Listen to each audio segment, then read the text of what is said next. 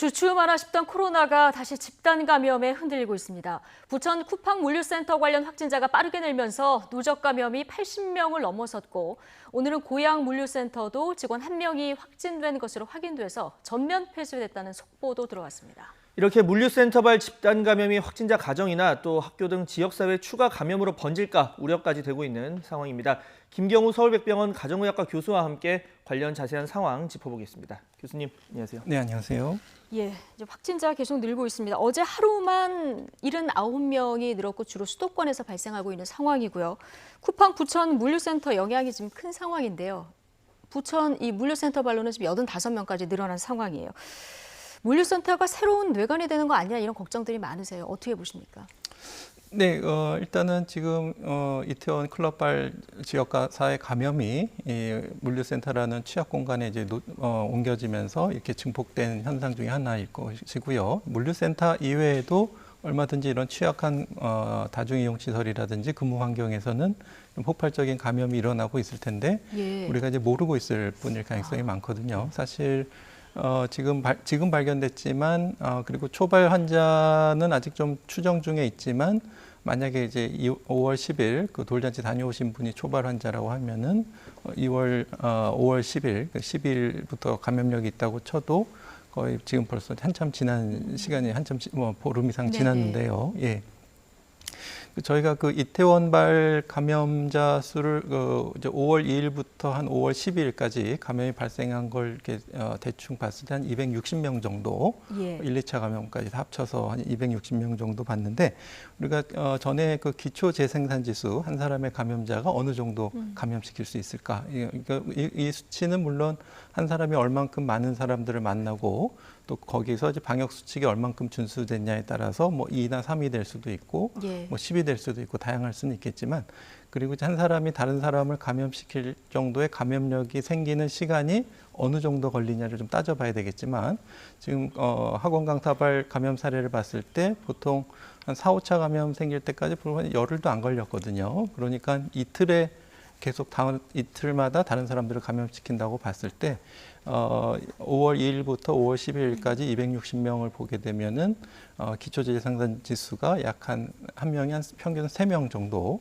감염시킨다 이렇게 추정할 수 있겠습니다. 이에 5승이 한 240 정도 되니까요. 예, 그래서 그렇게 봤을 때 지금 2월 10일부터 지금 또 따지게 되면은 추가적으로 240배가 생겼다고 하면은 지금 6만 명이 감염되어 있을 거라는 뜻이 되거든요. 우리가 모르고 있을 뿐이고요. 굉장히 많을 것이다. 그렇습니다. 그래서 지금 그 중에 이제 하나일 뿐이고 또 이제 쿠팡 물류센터에서도 한 명이 2주 동안 80명을 감염시킬 때 시간을 따져보게 되면은 보통 한 2, 3일에 한 번씩 한 명이 한 2, 3명 정도 감염시키는 감염 전파가 일어나고 있고 이것이 이제 이분들이 또 회사 내에서뿐만 아니라 지역사회에서 어느 정도 또 감염을 시켰느냐가 또 추가적인 감염의 위험성을 좀 시사한다고 할 수 있겠습니다. 자, 교수님 지금 이제 지난 23일 날 처음에 쿠팡발로 나왔고, 그러니까 그동안 이태원발과 조금 분리를 해서 볼게 이제 쿠팡 물류센터발 같은 경우는 이 물류센터 특성, 그러니까 보통 이제 뭐 투잡 다른 일을 하는 경우도 있고 다른 업체에서 일을 하는 경우도 있고 한데 5일 만에 85명이 지금까지 관련해서 확진자가 지금까지 나온 상황인데 이게 어느 정도 심각한지 여쭤봐야 될 것 같아요. 뚝이 무너진 겁니까? 아니면 아직 컨트롤 하에 있다고 볼 수 있는 겁니까?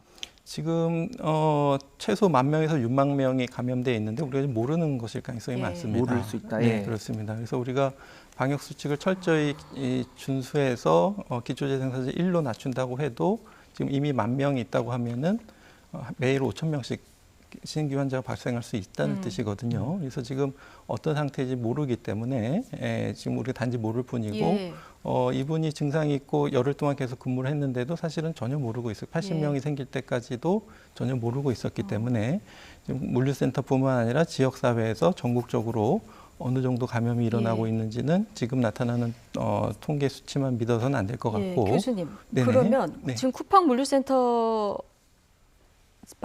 굉장히 확진자가 많이 늘고 있고요. 오늘 가장 규모가 큰 고양 물류센터에서도 확진자 1명이 나왔거든요.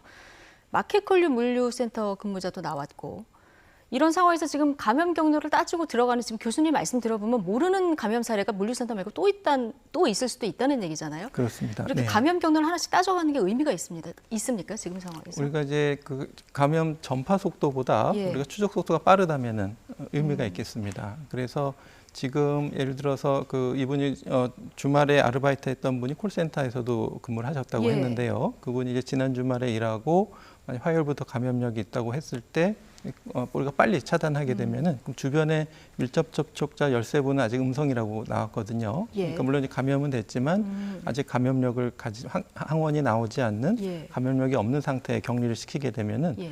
13분이 감염이 됐어도 추가적인 감염을 일으키지 않기 때문에 콜센터에서는 지금 확진을 빨리 발견을 해서 조치를 취했기 때문에 좀 확산될 우려는 적다 이렇게 보시는 건가요? 그렇습니다. 좀 더 예. 해봐야 되겠지만 네. 밀접 접촉자가 일단은 지금은 음성이 나왔기 때문에 감염이 됐어도 추가적인 이분이 감염력을 가지고 있지는 않다. 그렇기 때문에 우리가 시간전이 굉장히 빠른데요. 굉장히 중요한데요. 얼만큼 빨리 찾아내서 격리를 하느냐. 그런 면에서는 의미가 있겠는데 지금처럼 감염 속도가 너무 빠르고 특히 수도권에서는 불특정 다수를 굉장히 많이 만나고 예. 밀접 접촉자를 찾아내서 격리하는 데 한계가 있기 때문에 지금 이 확산세를 우리 지자체 역학조사 속도가 충분히 못 따라가고 있는 현상인 것 같습니다. 네.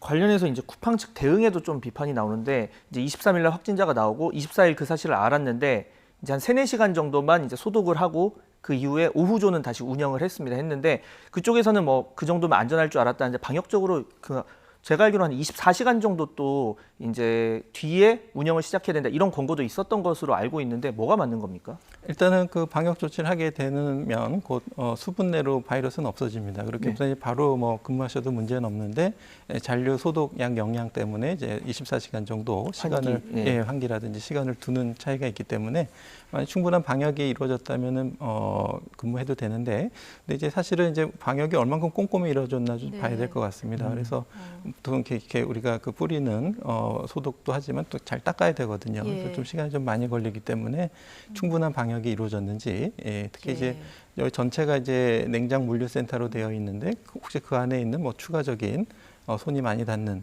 소독이 안 된 부분은 없는지 이런 것도 좀 살펴봐야 할 것 같습니다. 예, 지금 뭐 아프면 쉬기 이게 코로나19 대응 수칙인데 사실 일용직 근로자 많은 이런 곳에서는 사실 이 수칙 지키기도 어려운 일이라 조금 더 현실적인 대안들 마련돼야 되지 않을까 이런 생각도 들고 지금 관련해서 가족 감염도 계속 늘고 있어요. 여기 쿠팡 물류센터에서 근무했던 여성 3살 딸 아이도 감염이 됐고요.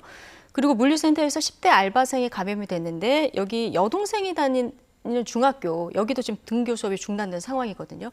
순차적으로 지금 등교 수업이 계속 이루어지고 있는데 이 부분 한번 다시 돌아봐야 될까요?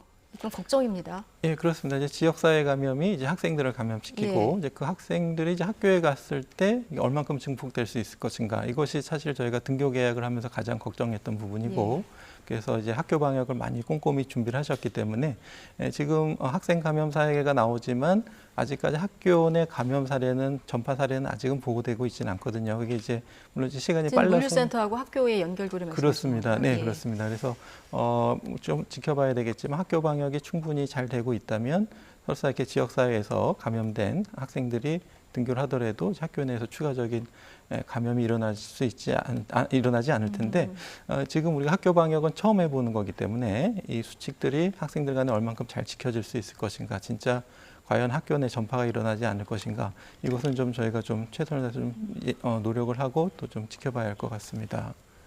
예. 네. 자, 지금 뭐 물류센터 근무자에 대해서 서울시 전수조사도 한다고 하는데 마지막으로 짧게 지금 필요한 대책, 가령 뭐 행정력을 발휘해서 교대 근무를 좀 늘린다거나 뭐 이렇게 물류센터 관련해서 해야 될 일 어떤 게 있을까요? 네, 일단 시설 개선 환경, 특히 밀폐된 환경에서 또 이제 다중이 식사 지침, 다중이 모여서 가까운 거리에서 한다든지 직장 내 방역 수칙이 기존에 나와 있는 것이 잘 지켜지는지 봐야 될 것 같고요. 이 수칙 중에 좀 미비한 점이 없는지 이번 사태를 좀 돌이켜 봐야 될 것 같고요. 물류센터 말고 이렇게 밀폐된 환경에 아직도 다중이 근무하는 노동 환경이 있는지 한번 좀 확인해 봐야 될 것 같습니다. 예, 국민들 지금 이 시점에서 어떻게 협조해야 될지도 고민을 해야 될 것 같은데 꼭 필요하지 않은 모임 약속 좀 자제해달라 이런 방역 당국의 당부가 오전에 있었습니다. 자, 말씀 여기까지 듣겠습니다. 김경우 서울백병원 가정의학과 교수와 함께했습니다. 고맙습니다. 네, 감사합니다.